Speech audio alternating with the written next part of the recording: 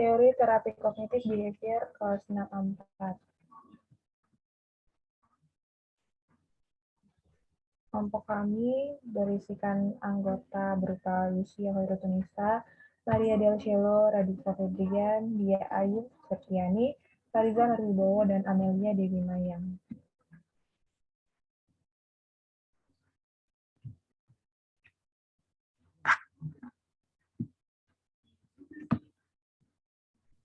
Yang pertama ada terapi kognitif berupa definisi. Terapi kognitif didefinisikan sebagai terapi yang berfokus pada wawancara yang menekankan, mengenali, dan mengubah pikiran negatif dan perilaku maladaptif. Pada awalnya, terapi ini dikembangkan oleh Aaron Beck saat melakukan penelitian terkait dengan depresi. Terapi kognitif menganggap masalah psikologis berasal dari proses biasa seperti pemikiran yang salah, pembuatan kesimpulan yang salah berdasarkan informasi yang tidak memadai atau salah, dan gagal membedakan antara frustasi dan fantasi dan kenyataan. Dengan demikian, dapat dikatakan bahwa kognitif terapi merupakan jenis terapi yang dapat digunakan dalam pendidikan psikologis.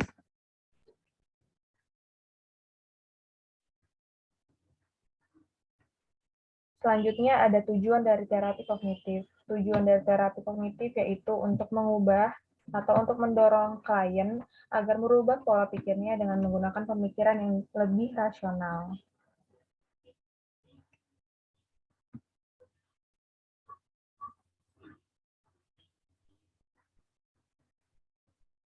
Aplikasi terapi kognitif. Pada awalnya, terapi kognitif mendapatkan pengakuan sebagai pendekatan untuk mengobati depresi atau tekanan. Tetapi setelah dilakukan penelitian yang lebih luas dan lebih lanjut, terapi kognitif dapat pula digunakan untuk studi dan untuk pengobatan klien dari gangguan kecemasan. Terapi kognitif ini dirancang untuk semua usia, serta telah berhasil digunakan untuk menghadapi berbagai gangguan bidang klinis yang mendorong klien agar mengubah pola pikirnya dengan pemikiran yang lebih rasional. Contoh dari penggunaan terhadap bidang klinis yaitu terapi pada fobia, psikosomatik, gangguan makan, kemarahan, gangguan panik, serta gangguan kecemasan.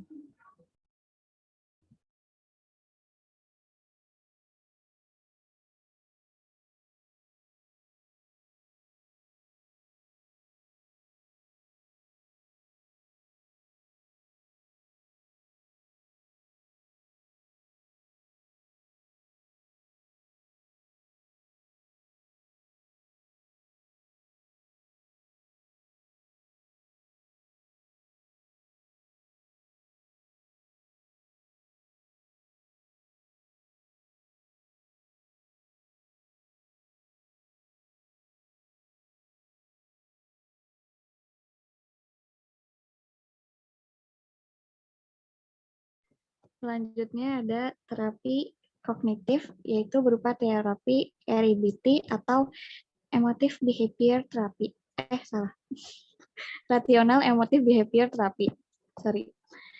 Terapi ini dikembangkan oleh Albert Ellis pada tahun 1955. Menurut Ellis, REBT ini merupakan sistem psikoterapi yang mengajarkan individu bagaimana sistem keyakinan bisa menentukan yang dirasakan dan dilakukannya pada berbagai peristiwa kehidupan. Terapi ini memberikan penekanan terhadap hubungan antara kognisi, emosi, dan tingkah laku yang dimana ketiga hal tersebut dapat saling mempengaruhi satu sama lain.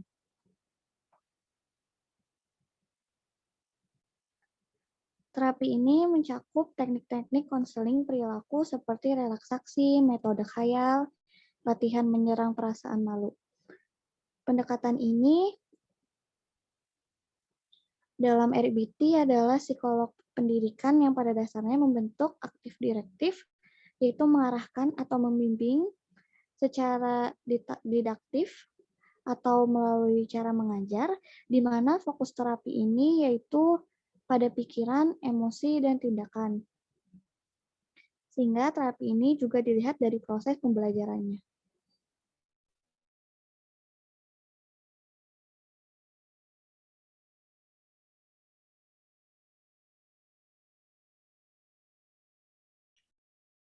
Tujuan dari RAPT ini, menurut Ellis, pada umumnya terapi ini digunakan untuk membantu klien dalam meminimalisir gangguan emosi, self-defeating, self-behavior, dan membantu klien untuk lebih mengaktualisasikan dirinya sehingga mereka dapat menuju kehidupan bahagia.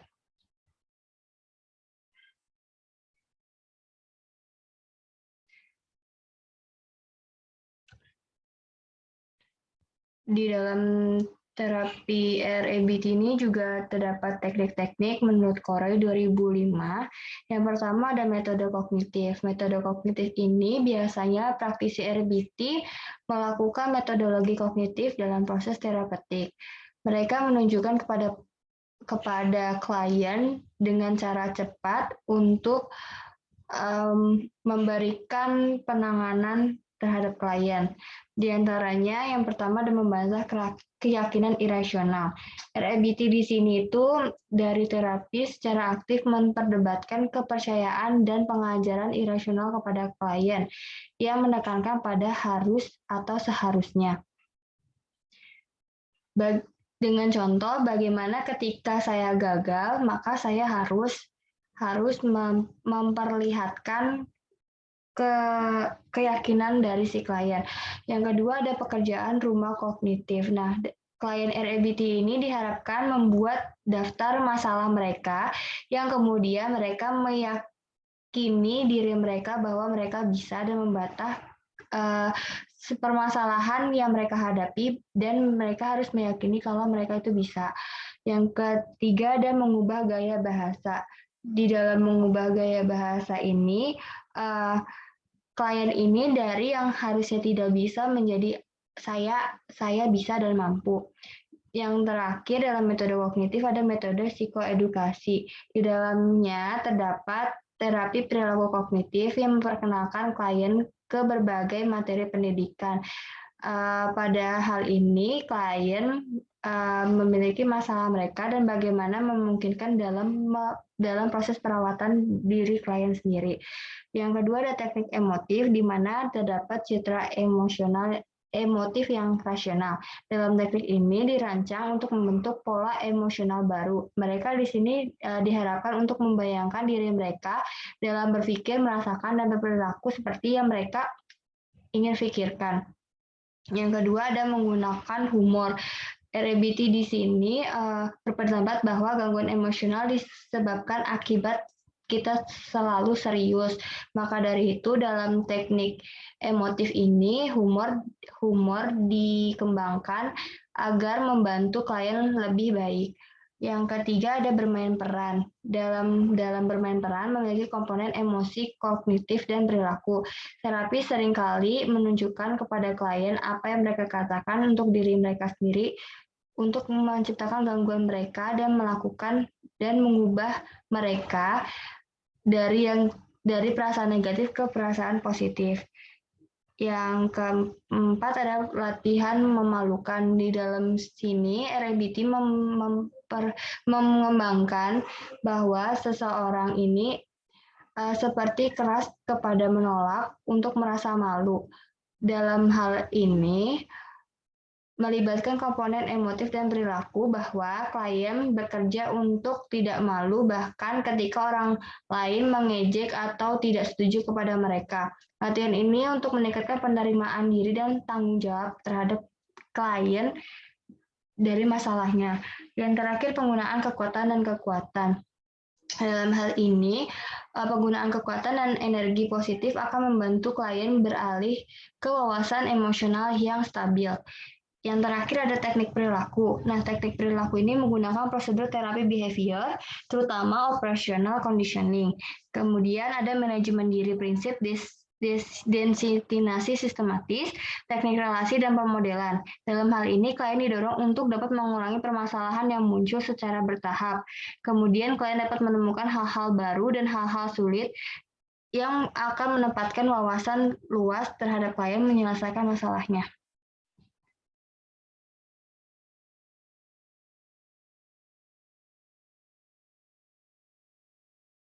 Aplikasi dalam RBT. RBT banyak digunakan dalam pengobatan kecemasan, permusuhan, karakter gangguan, gangguan psikotik, dan depresi.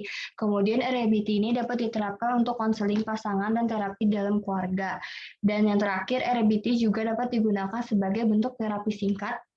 Dalam hal ini mengajarkan klien tentang bagaimana cara mengatasi permasalahan secara praktis. Dan RBT juga dapat digunakan secara bersama-sama atau secara kelompok.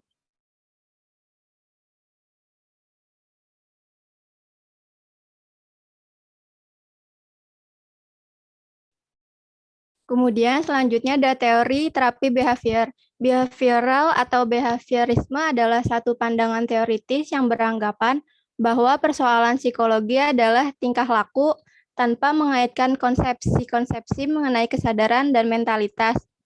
Konseling behavior adalah sebuah proses konseling atau bantuan yang diberikan oleh konselor pada klien dengan menggunakan pendekatan tingkah laku atau behavioral dalam hal pemecahan masalah-masalah yang dihadapi serta dalam penentuan arah kehidupan yang ingin dicapai oleh diri klien. Jadi konseling dengan terapi behavior ini adalah terapi yang fokus pada pemodifikasian perilaku agar si klien dapat keluar dari masalah yang dihadapi dan hidup seperti yang ingin dicapai klien. Next. Selanjutnya, konsep utama dalam konseling behavioral adalah keyakinan tentang martabat manusia yang bersifat falsafah dan sebagian lagi bercorak psikologis.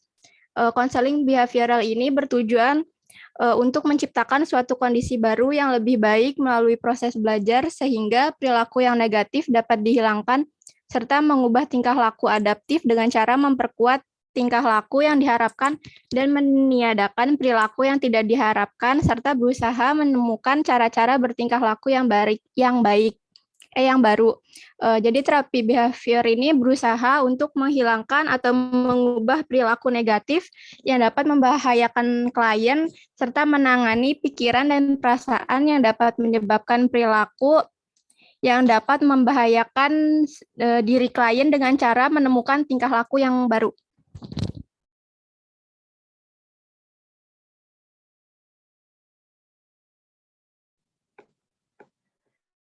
Selanjutnya ada terapi CBT. Terapi CBT merupakan pendekatan konseling yang menitik beratkan pada restrukturisasi atau pembenahan kognitif yang menyimpang akibat kejadian yang merugikan dirinya baik secara fisik maupun psikis.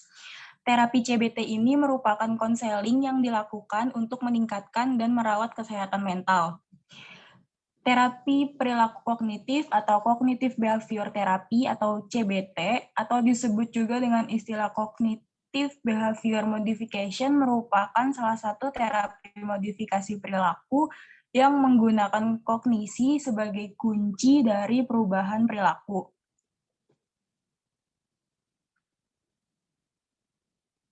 Next. Dalam terapi CBT, perilaku merupakan pendekatan konseling dan terapi yang memadukan pendekatan kognitif atau pikiran dan behavior atau perilaku untuk memecahkan masalah.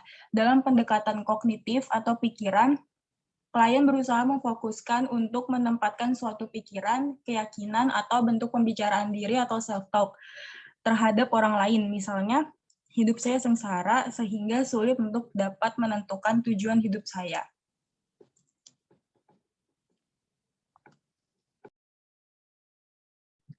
Selanjutnya ada teknik terapi CBT. Yang pertama ada satu, menatap keyakinan irasional. Yang kedua, biblioterapi, yaitu menerima kondisi emosional internal sebagai sesuatu yang menarik ketimbang sesuatu yang menakutkan. Yang ketiga, mengulang kembali penggunaan beragam pernyataan diri dalam role play dengan konselor.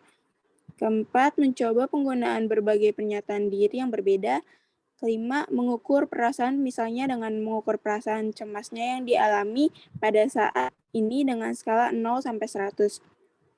Yang keenam, menghentikan pikiran. Konseli belajar untuk menghentikan pikiran negatif dan mengubahnya menjadi pikiran positif. Next.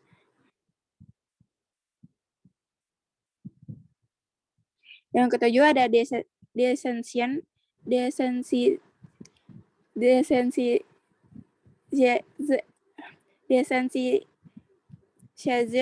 sistematik. Digantinya respon takut dan cemas dengan respon relaksasi dengan cara mengemukakan permasalahan secara berulang-ulang dan beruntutan dari respon. Ke-8 ada pelatihan keterampilan sosial. Ini melatih konseli untuk dapat menyesuaikan dirinya dengan lingkungan sosialnya. Yang ke-9 ada assertiveness skill training atau pelatihan keterampilan supaya bisa bertindak tegas. 10 ada penugasan rumah, ini mempraktikkan perilaku baru dan strategi kognitif antara sesi konseling. Yang ke-11 ada in vivo exposure, yaitu mengatasi situasi yang menyebabkan masalah dengan memasuki situasi tersebut. Yang ke-12 ada comfort conditioning, yaitu upaya pengkondisian tersembunyi dengan menekankan kepada proses psikologis yang terjadi di dalam diri individu. Peranannya di dalam mengontrol perilaku berdasarkan kepada imajinasi, perasaan, dan persepsi. Next. Sekian presentasi dari kelompok 4. Apabila ada yang ingin ditanyakan, bisa ditanyakan melalui kolom chat di YouTube. Terima kasih.